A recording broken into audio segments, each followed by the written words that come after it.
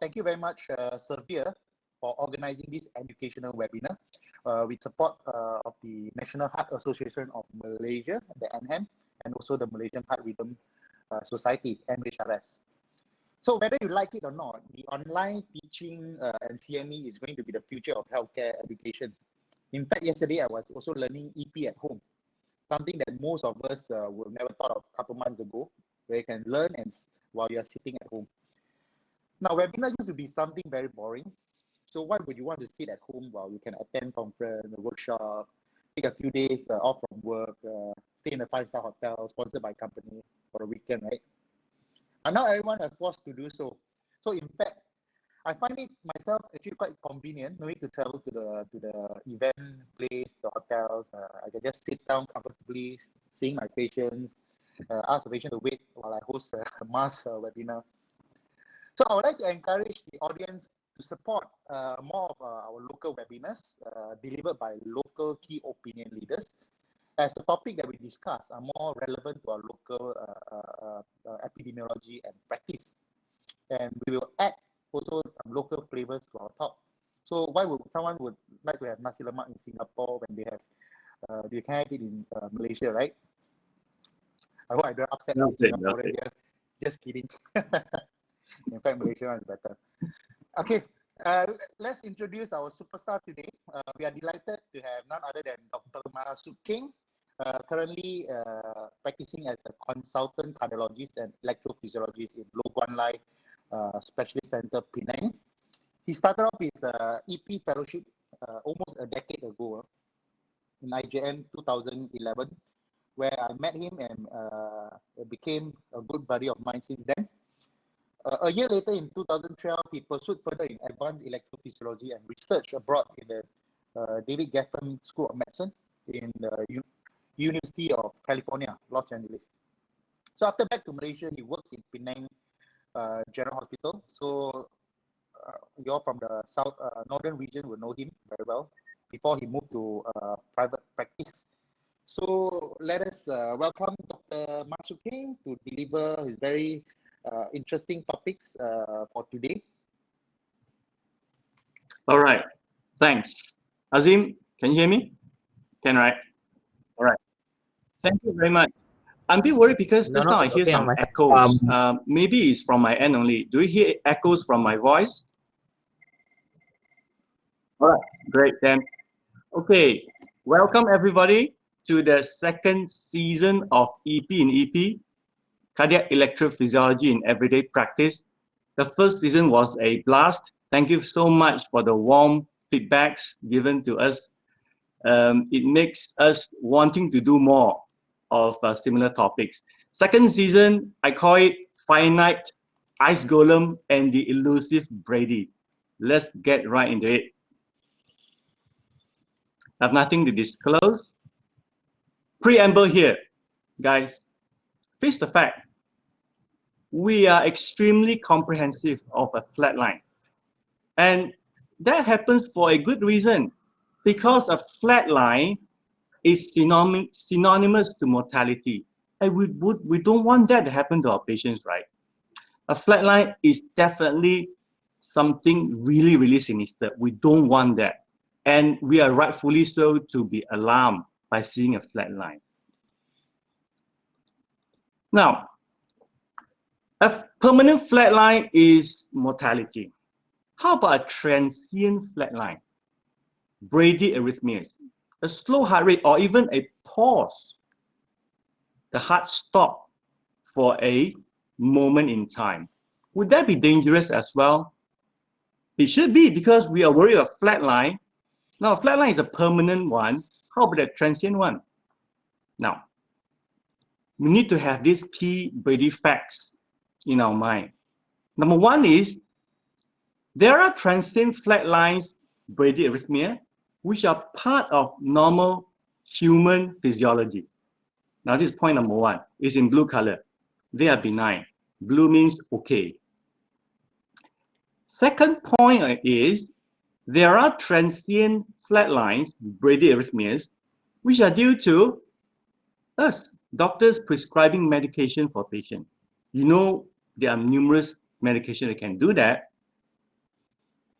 And third, there are indeed transient flat lines that require us to do the needful, the ultimate treatment for bradyarrhythmia, which is a pacing therapy, a permanent pacemaker in this case. Now, I call it red because we really need to be sure that the patient needs this treatment before we give this treatment to the patient. This will be the last resort. Some patients do need that. And this is the topic of the day. And there are these others that hardly people talk about, which we are going to highlight for today's talk. Now, let's see our first patient, 45-year-old executive. He's a man of a local company. He has no medical illness.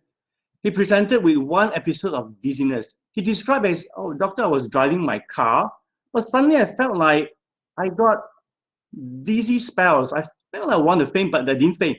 It lasted for 5 to 10 seconds. Well, he's from the north.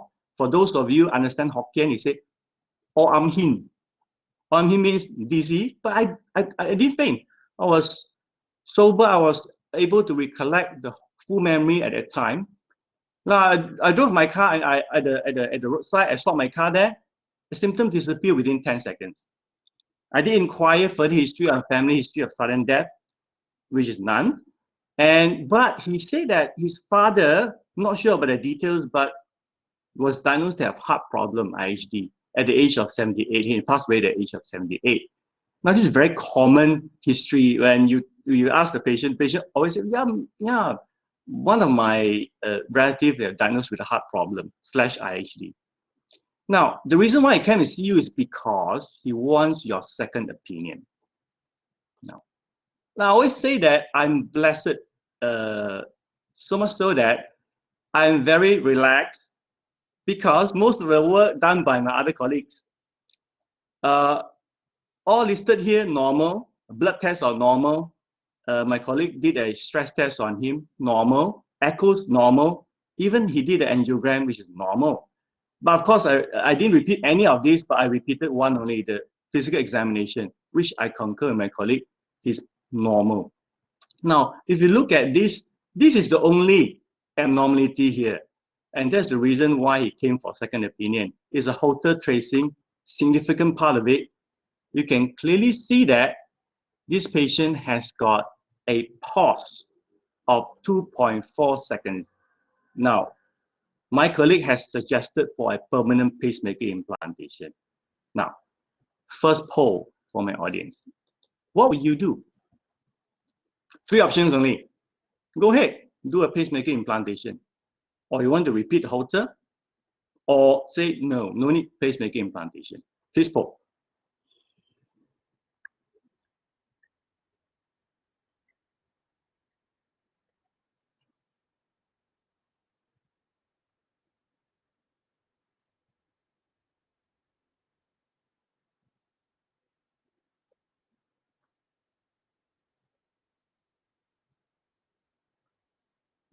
Yeah, I see the polls are coming in hot. Yeah, very good. Around 40 polls, 50 polls, 60. Wow, good numbers. Now, if you can have a glance of it, right? About 70% say Holter. A handful of them, there's a split between going ahead with a pacemaker of around 18% versus 12% saying no, saying that no need pacemaker. Now, in the interest of time, I'm going to proceed. Now, guys, this is normal physiological phenomena called physiologic nocturnal sinus bradycardia and so-called pause. No treatment required. Now, of course, you all will ask me, how do I know that? How to tell if the pause is physiologic? Now, I want you all to look at 2 things at least, 2 things. Number 1 is, ask yourself, when did it happen? The time of the pause of the bradycardia, bradyarrhythmia. Now, if you look at here, it happens at 5:15 a.m. Normally, most of us, we are sleeping at that time. Normally, I mean, you must ask the patient. If the patient say, no, I'm cycling at that time, I'm jogging. Well, this is abnormal, but I did inquire the patient. Now, this happens when he's sleeping at 5:15 a.m. Now, the time is very important. Second is full disclosure. Now, I cannot overemphasize this, ladies and gentlemen, because when we look at Holter, normally we look at a fragment of the Holter, the pulse, the tachycardia, the so-called the PVC. But we didn't look at the beginning, before it happens, and at the end, after it happened, what happened? So when you look here at the full disclosure box beneath it, you notice that the heart rate has been slowing down progressively, and the PR interval has been lengthening progressively before it actually had a pause. So what does it suggest? This suggests vagal nerve activation, hypervagatonia in this patient. Hence, this is a normal physiologic phenomenon. So implications to everyday practice, guys, nocturnal sinus pauses are so common that if you Holter everyone in Malaysia or everyone in the world, you will find nearly half of them has got a certain degree of pause, or maybe more. You can't be putting pacemaker in half of the world population, right? So these are normal physiology. Now, it's very important for us to correlate the symptoms and the bradycardia episode, because indeed, if the patient has symptoms with that bradycardia, we need to take further action, at least investigate more. Last but not least, pay attention to signs of hypervagal tone, which are PR interval lengthening, prolongation prior to the pause, and also note the time of the pause in relation to the activity. And most of the time, you see this happening when the patient is asleep. Which brings us to the next case. Now, this is a more challenging case. Our next patient is called Misty. Misty is referred to me across the border. Can't mention the name of the country though. 28-year-old lady. She is a clerk in her local factory, very hardworking clerk. She complained is, I get tired easily after light activities. Even I climb to the first floor of my office, so I felt short of breath. There's no syncope, no other medical illness, not on drugs, does not smoke, only a social drinker. Now this is from the referral notes, which I do concur in certain extent. She's very anxious. She keep on asking questions. In fact, most of the time when you're in consultation room, the patient will want to listen to you. Say that, doctor, you explain to me more. I want to explain to this patient, but this patient keep on interrupting me. It's a very anxious persona. I totally agree with the referral notes, because referral notes say that very anxious patient, please take good care of the patient. Examination, normal. Echoes done by my colleague, not me, normal. Exercise stress test, normal. And this is the reason why she's here. Because my colleague across the border thought that she had this provisional diagnosis of 6 sinus syndrome of 3.4 second pause. And they refer because want you to, not very sure, but then I think she needs a pacemaker implantation. She's very anxious, so please, just bear with her. These are the notes, referral notes, notings. Now, Paul, would you want to go ahead and implant a pacemaker on her with a 3.4 seconds pause? No, 3.4 seconds. Seems like the pause is getting longer and longer, Dr. Koh. Second, don't implant. 3, need more data. Please, Paul. Aha! My audience are very excellent and smart. 86, now approaching 90% of them say need more data. Now, when you see option need more data in clinical medicine, it's most likely right. You need more data. Now, this is more data. The ECG is from the center, in fact. ECG at rest. Now, I want you to look at this ECG for about 5 to 10 seconds and tell me what you think. Now, the second poll is going to be very short. You only have 2 options here. Do you think by looking at this ECG, this is sinus tachycardia due to anxiety persona, or you don't think it's sinus tachycardia due to anxiety persona?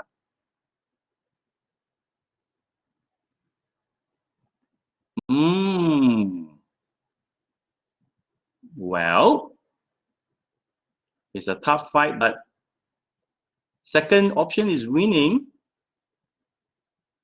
Very good. Only around 20% of our audience say that it's sinus tachycardia due to anxiety persona. It's very good. I want you all to concentrate on these 2 or 3 aspects of this ECG.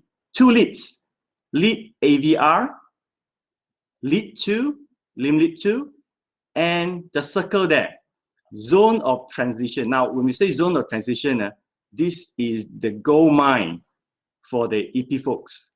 When we see zone of transition, we are super excited because this is where the gems lie. Now, when you look at lead AVR, you notice that the P wave is upright. And when you look at lead 2, you notice that the P wave is inverted. Now, this should strike you as something odd. And when you look at the zone of transition, you notice that there is indeed an upright P wave right at the center here, but after the pause, after the, not say the pause, the heart, you know, is a small pause here. It's upright P wave here, another upright P wave follow that, and after that, the P waves were inverted. What does that mean? Let's dive a bit deeper into what is a sinus rhythm. Now, the sinus rhythm means sinoatrial rhythm, means that the atrium is being commanded, depolarized by the SA node. Now, where is our SA node? The SA node is at that yellow lightning dot there. It's at the roof of the right atrium, very high up. When it fires, when headquarters beam, it will capture the atrial tissue from up top to bottom manner. In a scientific term, we call it cranial caudal fashion. High to low, like this. If it's high to low, you look at lead AVR. Good. Lead AVR, because it's pointing at your right shoulder, anything's moving away from lead AVR should be negative.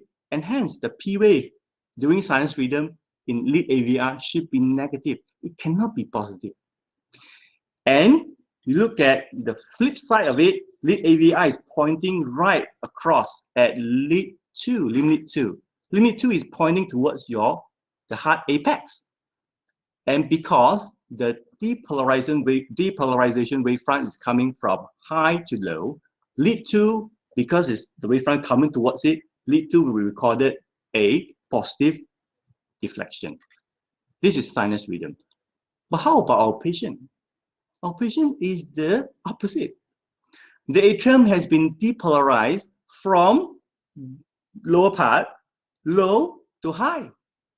So, in other words, this cannot be a sinus rhythm. This is an ectopic atrial tachycardia. You can simply call it atrial tachycardia. This is not a sinus tachycardia. It's a strange form of tachycardia. Now, why is that important to recognize this, guys? It's because she was in atrial tachycardia / SVT most of the time. And when the SVT stops, her heart not in time to recover from the daze or the stun of the arrhythmia, the sinus node will get delayed in activation and hence will cause a pause. And right now, I want you all to answer this patient question to me, actually. Honestly, this patient asked me, "Doctor, so do I need a pacemaker or not? Can you cure my illness or not?" So, Paul, please. 3 options. Go ahead, pacemaker, you'll be fine, no problem. Pacemaker, by the way, is just a half an hour to 40 minutes procedure. Or second option, no, you don't need a pacemaker. But you need to see a finite. Finite here means radio frequency ablation. Or no, you are too anxious. You just need to relax. Give yourself some time, rest more, things will be better. Let's see. Wow. I think it's too easy for them, Dr. Cole. 100%. 100% say C cyanide, which is exactly what happened to this patient. So I sent her to see a cyanide, which is me. I did that. So after we ablated her atrial tachycardia, now is time for sinus rhythm to come back into the days of glory. Let's look at lead 2 now. Lead 2, P wave, upright. And lead AVR, P wave, inverted. Now this is sinus rhythm. But it begs one question though. Why is that she has this long pause? What is your unifying diagnosis? I've said it just now. Because if you look closely into this Holter strip, you notice that the first QRS complex, the preceding P wave also inverted. So this is the last bit of the atrial tachycardia. It stops, and because the sinus node not in time to recover, there's a pause, and it happens at what time? When she's sleeping with high vagal tone. The sinus node naturally is going to be sleeping anyway. And there's a long pause followed by a sinus beat, another sinus beat, second sinus beat, third sinus beat, and atrial tachycardia resume. And she's been having all these weird pauses throughout the night, and this is the longest, 3.4. I fully agree with my colleague that this should be alarming. 3.4 is a bit long. So the suggestion that she may need a pacemaker is not really uncalled for, but she can be treated without a permanent pacemaker, and indeed she was cured with radiofrequency ablation by a cyanide. So guys, implication to everyday practice, I want you all to pay attention. I know your practice are busy, so only 2 leads. If you see a tachycardia, look at lead 2 and AVR, have a glance. It should be upright in lead 2 and inverted in AVR. If it's not, think about non-sinus tachycardia as a diagnosis, non-sinus tachycardia. For example, atrial tachycardia. I call it a green flag, ladies and gentlemen, because this patient has no symptoms of bradycardia. She did not faint, no syncope, or not even pre-syncope. She only has shortness of breath because of rapid heart rate. The pauses are secondary to spontaneous termination of atrial tachycardia. She escaped the fate of a permanent pacemaker because the cyanide had rendered her a cure. Now, third case and the last case, guys. 45-year-old man came into your practice, recurrent palpitations. You're having this for a few months already. Known case of hypertension and on amlodipine 10 milligrams a day, not on any other drugs. You examine him, he's normal, electrolytes are all normal, renal, liver functions are normal, echoes normal. You run a continuous rhythm strip. You're able to capture this on lead 2. And that time he's having palpitation. Now, obviously, his check value is going to be 2. He needs anticoagulation. In case you haven't thought about diagnosis yet, this is atrial fibrillation. But apart from initiating oral anticoagulation, what else would you recommend?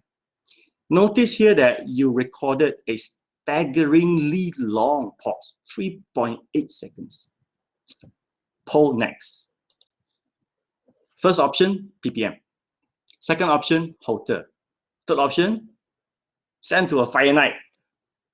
Or fourth option, send her to see an ice golem. Cryoablation. Now, I'm looking at the polls now. Now it is, wow, it's fighting now. Cyanide and ice golem, they are fighting neck to neck. So in the interest of time, we move on. Now, I always say that whatever your answer is correct. Now, in this case, all answers are potentially correct. So all you all win a correct answer today, definitely. Now, I didn't end up managing this patient until the end, but this is what happened to the patient. I saw the patient and I said, well, you have options of rhythm versus rate control. But I highly recommend rhythm control over rate control many times, because you have very relentless palpitations. So it makes sense for me to control your rhythm. He never had any syncope or pre-syncope, so I said, I don't think you need a pacemaker now, but given his profile, 65-year-old, with risk factors, you may need a pacemaker in future. As the patient is staying in the Klang Valley, he decided to meet one of the ice golem in Klang Valley.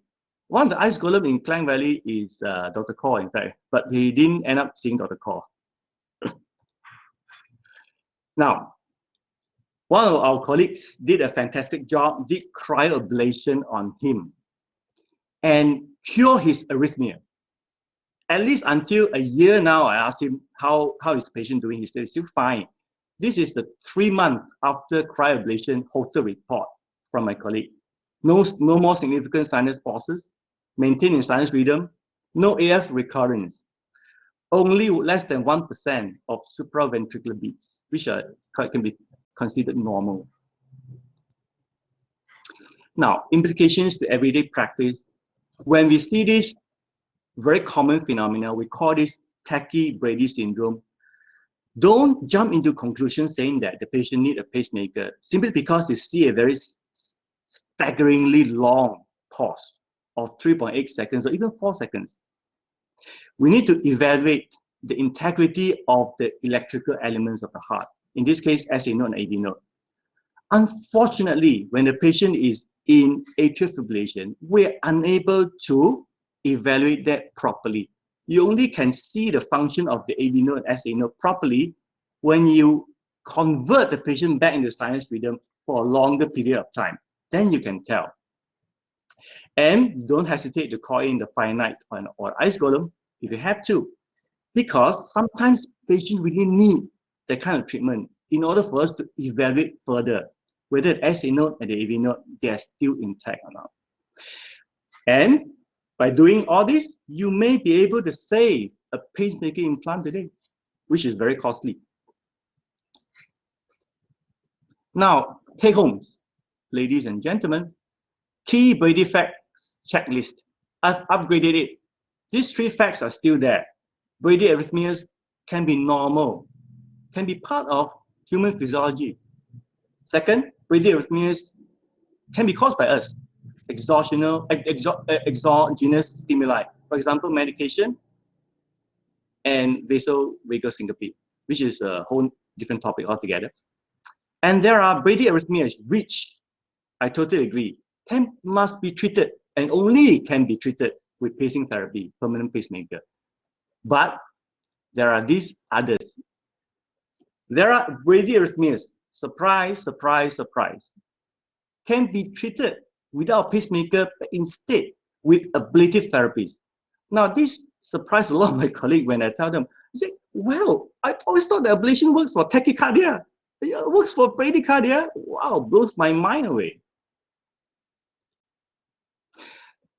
So with that, I'll end my talk today by quoting Hippocrates saying this: life is short, science is long, and opportunity is elusive.